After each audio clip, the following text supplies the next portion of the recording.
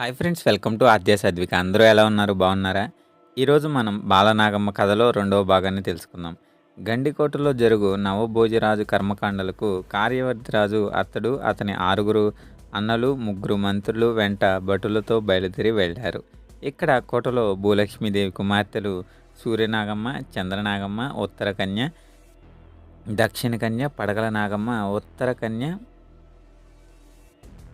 బాలనాగమ్మ తోడికోడలై ఎంతో అన్యోన్యంగా ఉన్నారు. 7వ బాలనాగమ్మ గర్భవతి అయినందున ఆమెను అందరూ ఎంతో శ్రద్ధగా చూస్తున్నారు. నాగళ్ళపూడి గట్టున ఫకీరు ఉంటున్నాడు. వాని కోటలో వెండి మేడలు, బంగారు మేడలు, ఆ మేడల నడుమ 12 స్తంభాల మసీదు అలరారుతున్నాయి. మంత్రతంత్రాల యందు క్షుద్ర దేవతతో పాషాణ యందు సాటిలేని వాడై మాయల ఫకీరుగా కీర్తి కలిగి అలరారుతూ ఉండేవాడు. భూత ప్రేత పిశాచాలు ఫకీరు మాటకు కట్టుబడి ఉండేవి. ఒకనాడు ఫకీరు తన మీదపై కూర్చుని పెరటలోని చెట్లను చూస్తూ ఉన్నాడు. 2 చెట్ల మీద వాలిన పక్షి జంటలను చూశాడు. వాటి కిచకిచలకు ముచ్చట చెందాడు. తన పెద్ద మెండు గత్తె సంగుని పిలిచాడు. చూడవే, వాటి కులుకు నువ్వు ఉన్నావు, అందమా ఆనందమా అన్నాడు. ఓయ్ ఫకీరు, నన్నుంచిన సొగసుగత్తె నాగళ్ళపూడి గట్టు కోటలో ఎక్కడైనా ఉన్నదా అన్నది సంగు. ఓహో అవునా, నిన్ను పోలిన అందగత్తె మాటేమో గాని నీ వంటి ముసలిది లేదు. నిన్ను మించిన అందగత్తె అయితేనే ఉన్నది. అది నువ్వు జగడమాడితే ఆనందిస్తాను. కాసుకో కామిని అన్నాడు ఫకీరు.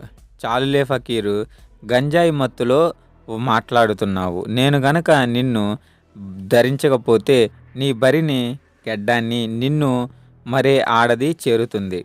మాటలు మాని బుద్ధిగా నన్నేలుకో. సరదాలకు పరదాలకు దీపి పరవింపజేస్తాను. వట్టి గొప్పలకు పోకు. నన్ను వగరబోతుగా తలుచుకే. నిన్ను మించిన అందగెత్త లేదా? చూడవే చూపుతాను అని అంజనం వేశాడు. క్షుద్ర దేవతలను తలుచుకున్నాడు. చూపండ్రా చూపండి, నా సంగుకు మించిన అందగత్తె అని ఫకీరు అంజనాన్ని ఆలోకించాడు. అదుగో అదుగో, చూడవే, నిన్ను మించిన ఆడది, పానుగంటి రాణి వాసపు బామ, బాలనాగు. తెస్తానే నీకు మారుగా తెస్తానే అన్నాడు. ఓయ్ ఫకీరు, వెర్రి కలలు కనకు. పానుగంటి రాజకుమారులు సామాన్యులు కారు అని బెదిరించింది. నా మంత్రతంత్రాలతో వాళ్ళ వీరత్వం ఉఫ్ అన్నాడు. ఆ బాలనాగు పతివ్రత, ఆవిడ జోలికి వెళితే భస్మమైపోతావు అని సంగు బెదిరించింది. పోవే, దబాయించకు. నా క్షుద్రశక్తికి ఆ బాల కుక్కల్లాగా తోకల కత్తిరిస్తాను అని అన్నాడు ఫకీరు. సరే సరే వెళ్ళు, నీ కర్మ అన్నది సంగు. పానుగంటి పురానికి మారు వేషంలో వెళ్ళాలని అనేక వేషాలు వేశాడు. చివరికి జంగం దేవర వేషం అతనికి సానుకూలంగా కనపడింది. జంగం దేవరగా పానుగంటి పురం కోటకి చేరుకున్నాడు ఆ ఫకీరు. తలారి రాముడికి సంతానం. తలారి రాముడు కోటకు కాపలాగా ఉన్నాడు. అతడికి సమీపించాడు ఫకీరు. జంగం దేవర బంబం అని శంకరం ఊదుతూ గణగణమని గంట వాయించాడు. దండాలయ్య జంగం దేవర, కోట లోపలికి పోవు ఆజ్ఞ లేదు, తిరిగిపోవయ్యా అన్నాడు తలారి. ఓరి తలారి, శివ పూజకు భిక్ష కావాలిరా, 2 ఇళ్ళు తిరిగి వచ్చేస్తాను. రాముడు వెళ్ళనియ్యరా అన్నాడు ఫకీరు. నీకు అనుమతి ఇవ్వను. రాజులు వింటే నా తల తీస్తారు. దయచేసి వెళ్ళిపో అన్నాడు తలారి. తలా తోక లేనటువంటి ఏమిటిరా నీ మొండితనం? పిల్లా జల్లా లేని వారికి నీకిదేం బతుకు ఆశ అన్నాడు. తలారి ఆశ్చర్యం కలిగింది. తనకు పిల్లలు లేరు అనే సంగతి తెలిసిన చెబుతున్నాడని జంగం దేవర, అయ్యా, నాకు బిడ్డలు లేరని నీకెట్లా తెలుసు చెప్పమన్నాడు. అవునురా, మా కంటికి కానలేనిది ఏమున్నది? 7 సతులున్నా ఏ ఒక్కటి నీకు బిడ్డనివ్వలేదు. నన్ను నమ్ముకోరా, నీకు బిడ్డ కొదవ ఉండదు అన్నాడు ఫకీరు.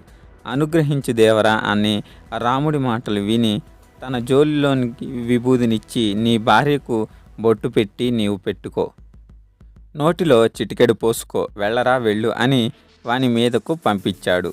ఇంటికి వెళ్ళిన తలారి జంగం దేవర చెప్పినట్లు చేశాడు. విభూతిని గోడ మీద చల్లాడు. ఇక్కడ అక్కడ లేకుండా ఇల్లంతా చల్లాడు. అంతే, మరుక్షణంలో బిడ్డలు కొల్లల్లాగా పుట్టుకొచ్చారు. తిండి పెట్టి తినడానికే మున్నా పెట్టె అని తలారిని పీక్కు తిన్నారు. హడలిపోయిన జంగందేవరను చేరి కాళ్ళ మీద పడ్డాడు. కనికరించే లేవరా నా నాతి కొడుకుకు, నీకు 7 బిడ్డలు కలుగుదురు అని విభూది వారిపై జల్లాడు. పిల్లలంతా మాయమై 7 మాత్రమే మిగిలారు. అబ్బురపడి తలారి రెండిళ్ళు తిరిగి వచ్చి వేయవలసిందిగా జంగమూర్తిని కోటలోకి ప్రవేశించాడు. జంగందేవరా, నేనైతే నీకు దర్వాజా దాటడానికి అనుమతించాను. ఇంకా 6 దర్వాజాలు ఉన్నవి. 2వ ద్వారముకు పులులు కాపు, 3వ ద్వారముకు ఏనుగుల కాపు, 4వ దానికి చిరుతుల కాపు, 5వ దానికి సింహాలు కాపు, 6వ దానికి బొందీలులు కాపు అన్నాడు. ఓయి తలారి, పోగలిగిన యందు వెళతాను, కాదేని తిరిగి వచ్చేస్తాను అని బయలుదేరాడు ఫకీరు. ఈ రోజుకి ఈ అధ్యాయంతో ముగించి రేపు తదుపరి అధ్యాయంతో కలుసుకుందాం. మీ సపోర్ట్ని నాకు లైక్, షేర్ అండ్ సబ్స్క్రైబ్ ద్వారా తెలియచేయగలరు. వీడియో నచ్చినట్లయితే స్క్రీన్ మీద కనపడుతున్న QR కోడ్కి 2 రూపీస్ని డొనేట్ చేయగలరు. Thank you.